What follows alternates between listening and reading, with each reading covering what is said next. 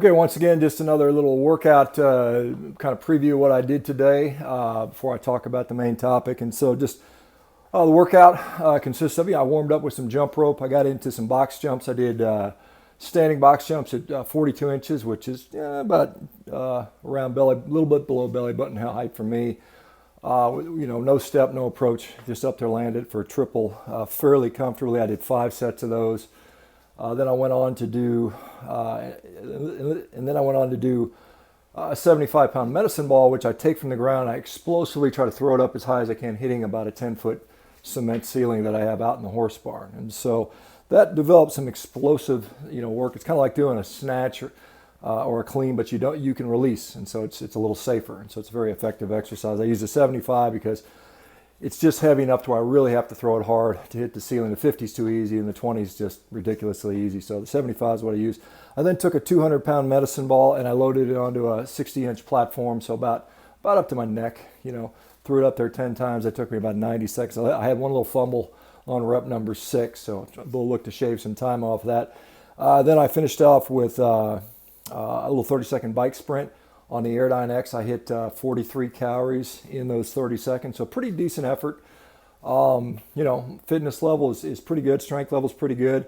I still try to maintain explosivity by doing the jumping, the high level of intensity on the fitness work. I do a little bit of longer distance work on the rowing machine, and then of course the strength training, the deadlifts, and a little bit of bodybuilding hypertrophy work. And so that's kind of my general thing.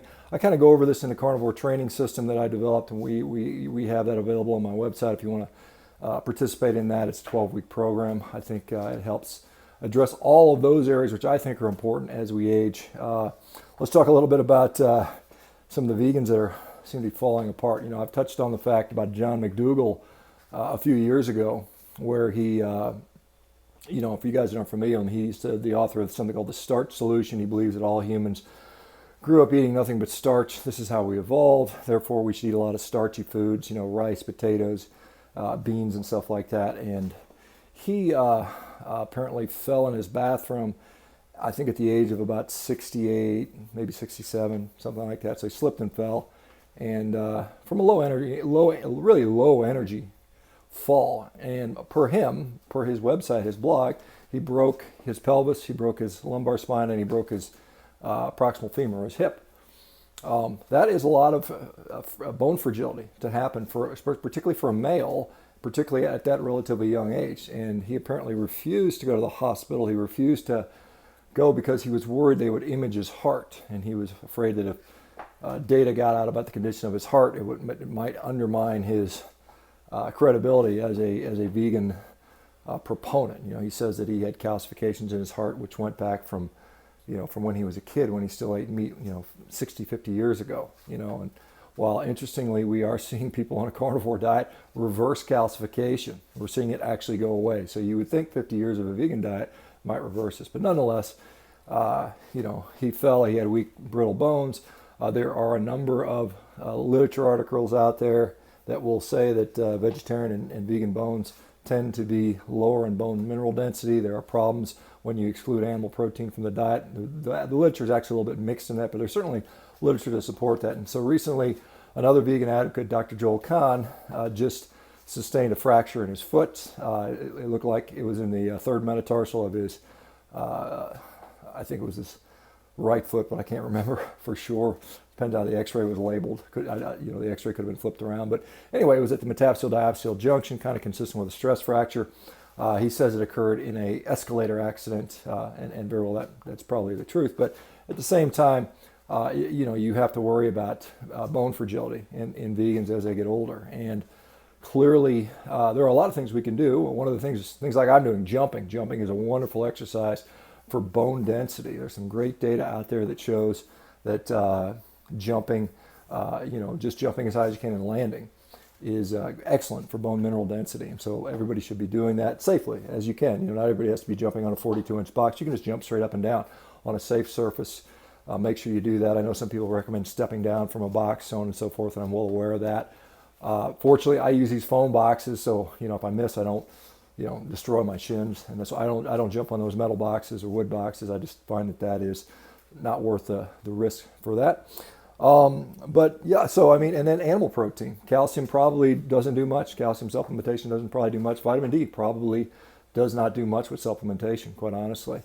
So get a diet that is high in good quality protein, i.e. animal protein. And we know that bone is approximately 40%. It's mineralized collagen, type 1 collagen, which is then covered in calcium, phosphate, and other minerals. And so we need protein to keep our bones strong. We see that as people get older, they start to, if they're not feeding themselves, if they're not getting high quality animal nutrition from their diet, they get high quality animal nutrition from their body. And that's why these older folks just basically shrink away. They decay. Their body can't absorb food anymore. Their digestive system becomes less efficient at it. Their teeth fall out. They're no longer on a high quality diet. They're on a poor quality diet. We supplement them with garbage, Ensure, and some of these other garbage supplements. And their body just says, okay, well, if you're not going to feed it to me, I'm going to take what I got. And then it does away with expendable tissue. And unfortunately, muscle tissue becomes more expendable than some of the other, priority tissues. And so it slowly takes away from those tissues. And we see with every, really old person, they just start to decay. Their skin falls apart. It becomes thin and brittle. And the longer, and I've said this many times, the longer you can maintain physical capacity as you were in your peak, somewhere between 20 and 35 years of age for most people, the longer you're going to live a healthy life, the longer your lifespan is going to be. That is fairly clear. These aging longevity experts, they're all, grasping at straws. The true answer is to just maintain lean, healthy muscle mass and function. And how do you do that? You do it by doing the things you did when you were 20. Well, I mean, maybe if you're smoking, drinking, and partying too much. But no, I mean, exercise, strength train, be athletic, run, sprint, jump, play, get outside, eat an animal-based, high-quality, nutrient-dense diet. That's going to be the key there, guys. Okay, that's it for this video. You guys like, subscribe, thumbs up, comments. I am appreciative of that. It gives me some topics to talk about. I'm not that active in the comment section. Sorry, I've got too many other things going on with Instagram, Twitter, and all that stuff. I will let you know a lot of good things coming in work, so you guys can stay tuned. We got a study coming out there that's going to be done at a major university, so I will let you know. I will tell you right now that study is going to be conducted through the Facebook groups. So if you are not currently a member of the World Carnivore Tribe, or alternatively zeroing in on health or Principia Carnivora, then you will not be able to participate in the study. So even if just for the purpose of the study, just join the groups, preferably World Carnivore Tribe, as that's mine, but whatever you feel most comfortable with, you can just join up to do the study. That's fine by me. We probably will look at getting that study going off maybe towards the end of the year. We're still in the writing stage, the IRB proposal stage, and so on and so forth. So, but I am very confident this will be a landmark study. It will be an impact journal, and it will broaden this carnivore message out to the masses, which we need to do. We need to have a conversation about, a true conversation around meat, not just rely on evidence that's been extrapolated from junk food eaters that happen to eat meat and then say, oh, it's all the meat. Because clearly the carnivore community is demonstrating unequivocally that it's not just the meat. Meat is a health food. Meat is making people healthier. If the assumption is meat is bad for you, and fruits and vegetables and fiber are so important and needed, then clearly everybody, or the vast majority of people going on a carnivore diet, should be getting sick. We should all be getting fat, unhealthy. We should be having diseases and all these things, right? This is what the nutritional message, if it were accurate, if this is what the dogma, if it was accurate, this is what would be happening. That is not happening. Clearly the opposite is happening, and therefore there's something wrong with the theory. And I think it is our duty as a carnivore community, and in an effort to hopefully help future generations, we need to get this message out there. All right, guys, I appreciate your support. I appreciate all that you guys do as a community. I appreciate in advance any help you give towards this study and any other endeavors we go.